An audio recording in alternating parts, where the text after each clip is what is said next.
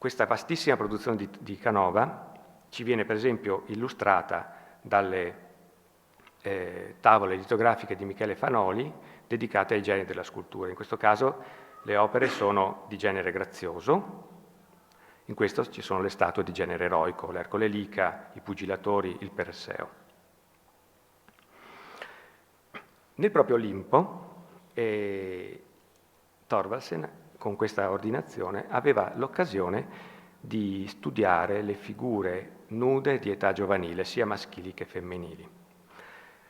Si trattava di statue legate tra loro per la composizione quasi statica, il disegno formale come sempre chiuso, la mancanza di dinamismo, il lato frontale privilegiato.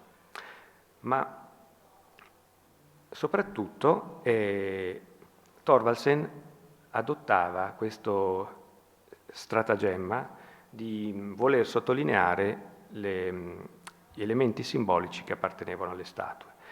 In questo sguardo, in questa fissità e concentrazione di queste divinità nel loro attributo, lo spettatore è invitato a riflettere sul significato di questo attributo e quindi in questo caso nelle figure umane divinizzate di Ganimede ed Ebe che reggono la bevanda dell'immortalità abbiamo il simbolo della capacità eternatrice della bellezza. Ma anche in altre statue successive, questo sarà sempre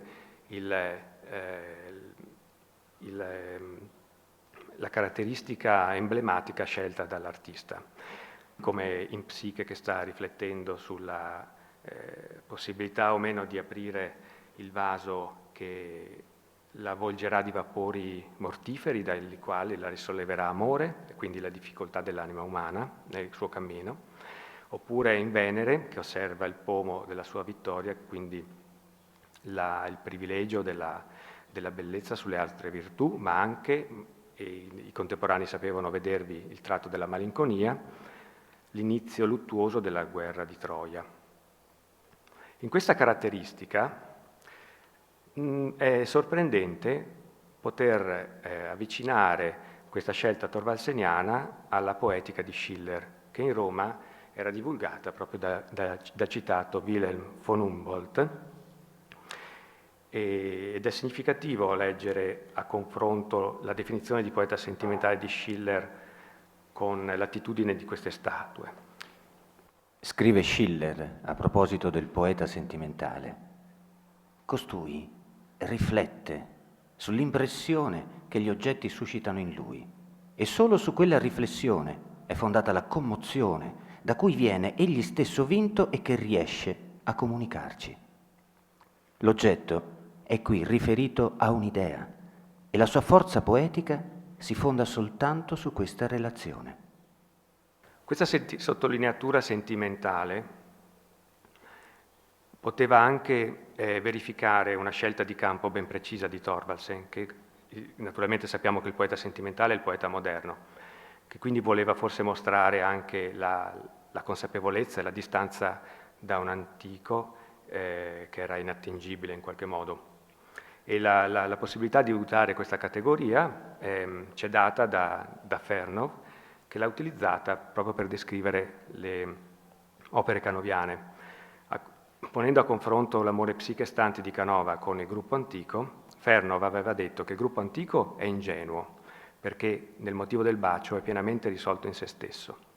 Invece, e in questo criticava Canova, il gruppo di Canova è moderno perché nel motivo della farfalla, che è il motivo dell'anima che riflette su se stessa e sulla misteriosa natura dell'amore, vi era un motivo sentimentale che rimandava a un'allegoria esterna alla composizione.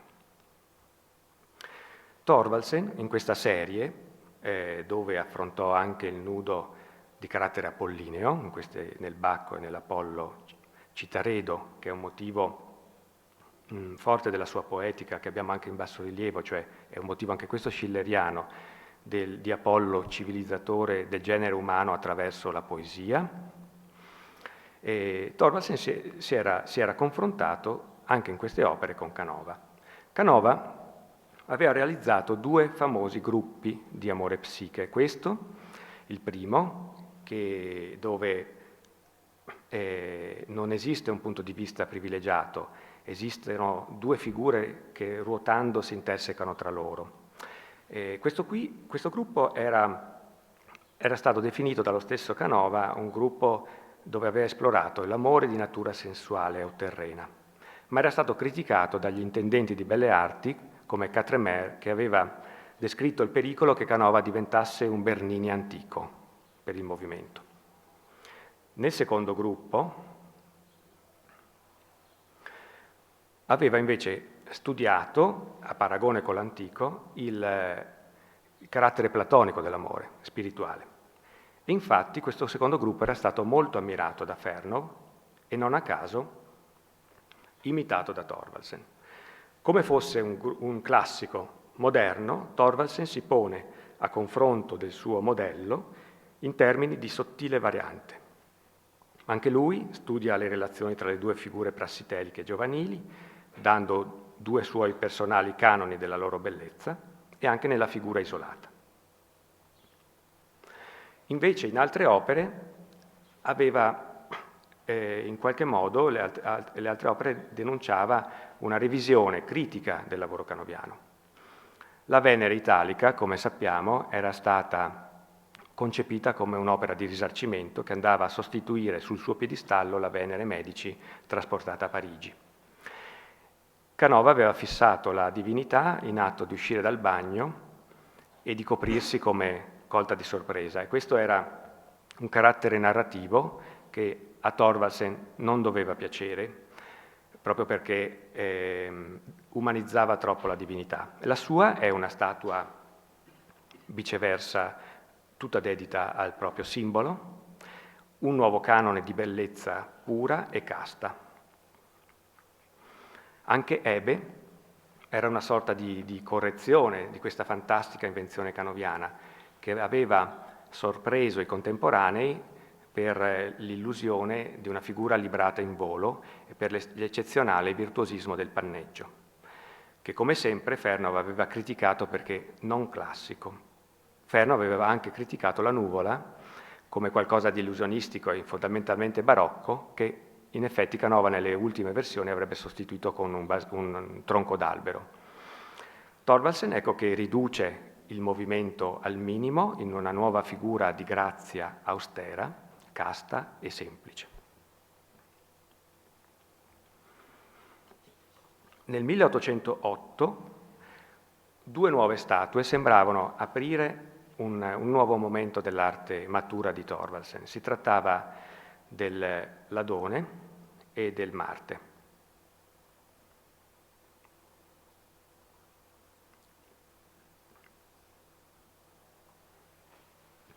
L'Adone, che in qualche modo guardava il gruppo canoviano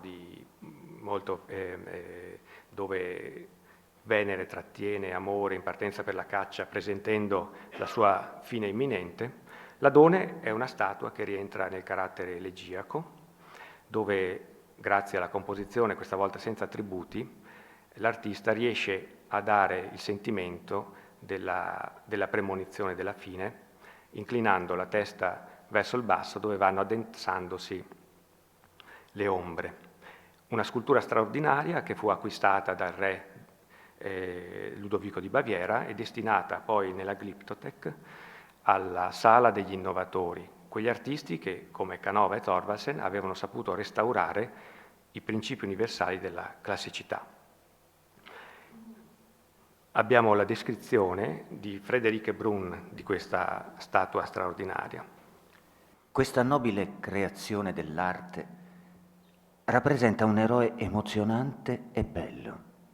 Il corpo leggermente grande è però circondato di un certo languido carattere nello stile e nella prosa e nella posa, e da una straordinaria bellezza. Le sue singole parti sono della più alta e singolare bellezza e tutto concorda armonicamente per intensificare la commovente espressione del viso. Il dolce amore giovanile e il presentimento della breve esistenza vi sono uniti con incantevole grazia. Lui sta, tenero e languido, appoggiato a un tronco, e tutto in lui esprime la tenera attesa di un'ora beata. Il suo vestito drappeggia pittoresco sul tronco dove lui sta. Lui stesso è nudo. Ed è un po' superiore alla grandezza naturale. Quando si guarda per tanto tempo e riflettendo queste statue, girando intorno ad esse lentamente, allora si comprende in loro tutto ciò che la natura creativa ha donato al corpo umano di potere divino, bellezza, dignità e grazia. E si sente la dolce pace della soddisfazione, che è come sempre effetto di completa rivelazione e introduzione nel santuario dell'anima. Proprio la poetessa aveva rievocato anche il giudizio di Canova a proposito di questa statua. Nell'estate del 1808 eravamo a godere l'aria fresca di Montalbano. Una mattina siamo piacevolmente sorpresi dal nostro amico Canova. Il sole, non essendo ancora troppo alto, ci avviammo con lui verso la pittoresca Villa Doria e mentre si errava tra quegli ombrosi boschetti, Canova improvvisamente si ferma e dice: «Avete veduta quell'ultima statuetta del vostro compatriotto?» Risposi che la stagione troppo calda me l'aveva impedito ed egli, con molta vivacità: «Questa statua è bella, è nobile, è piena di sentimento. Il vostro amico è davvero un uomo divino». Fece una breve pausa e poi soggiunse, in francese: «Il est pourtant dommage que je ne sois plus jeune». Fu tale la profonda commozione, il diletto, che mi fece provare l'ingenuità di quel bell'animo, manifestatasi in poche parole, le quali furono dette con tanta semplicità e quasi senza saperlo, che gli occhi mi si bagnarono di lacrime e così, tacendo, strinsi affettuosamente al seno quel braccio che sosteneva il mio. Celebre il tratto della personalità di Thorvaldsen legato alla generosità e anche alla sincerità. E, ecco, la competizione con Thorvaldsen veniva vissuta sicuramente in termini molto differenti tra i due artisti. Ecco che appunto in quell'anno Thorvaldsen veniva eletto accademico di merito dell'Accademia di San Luca nel 1808 e quindi veniva preparato una sorta di scambio di ritratti con Camuccini, che però non consegnò mai il proprio. Anche il ritratto di Camuccini rimase poi presso Thorvaldsen. Qui abbiamo la copia di questo straordinario quadro, che figiò in chiave neotizianesca e neovandichiana, con un costume alla shakespeariana, il giovane artista nordico, che qui vediamo poi nel ritratto dipinto dal suo compatriota Eckersberg nell'uniforme di accademico di San Luca davanti al capolavoro del Fregio di Alessandro Magno per il Quirinale. Quell'anno realizzò per l'Accademia di San Luca un'allegoria della scultura straordinaria a genio lumen, che qui vediamo in una versione marmorea, mentre il gesso appunto qui è all'Accademia di San Luca. E vediamo a destra la figura del genio all'antica, che è il genio dell'ispirazione poetica, che illumina l'arte. Lui è giovanile, quindi la tradizione classica è ancora attuale, è espressione della bellezza ideale classica e la personificazione dell'arte con un atteggiamento grave, perché grave è la sua occupazione, ne disegna le forme, sancendo che il disegno è alla base delle arti che si nutrono anche della ragione impersonata dalla civetta di Minerva, della poesia, la lira di Apollo e i rotoli della sapienza letteraria classica. Un'opera che fu inviata al suo committente del Giasone insieme al rilievo di Amore presso Anacreonte, che appunto in inverno accoglie presso di sé Cupido, che lo colpirà con la sua freccia costringendolo a innamorarsi di sé perdutamente e a dedicare tutta la sua opera poetica a lui. In qualche modo è un rilievo che Thorvaldsen doveva sentire molto vicino, perché diventerà lui il protagonista della scultura di carattere anacreontico. Ma nel 1805 a Thorvaldsen era stato richiesto dal banchiere Torlonia per il suo palazzo di Piazza Venezia appena acquistato un pandan per l'Ercole Rica di Canova. Thorvaldsen si dedicò allo studio di numerosi soggetti per un gruppo dinamico, come Teseo in lotta col Minotauro oppure Achille Pentesilea. Però alla fine non arrivò a consegnare l'opera e risolse di scolpire come allegoria della pace una figura di Marte. Una figura di Marte che come allegoria di Marte pacificatore naturalmente aveva un prototipo nel Napoleone canoviano, ma anche in altri gruppi eseguiti allora da acquisti da Kissling che simboleggiavano un auspicato avvento di una nuova pace europea. E quindi purtroppo non ci fu il confronto tra questo gruppo che rappresentava la fine drammatica dell'Ancien Régime, infatti era originariamente destinato a Napoli, dove avrebbe rappresentato l'Ercole borbonico che si vendica della licenziosità della Rivoluzione francese, e invece quest'opera che concludeva questa età negli anni napoleonici, quando Roma si apprestava a diventare seconda capitale dell'impero, pacificata in una pace europea, diciamo. Almeno questo è quello che si aspettavano gli artisti.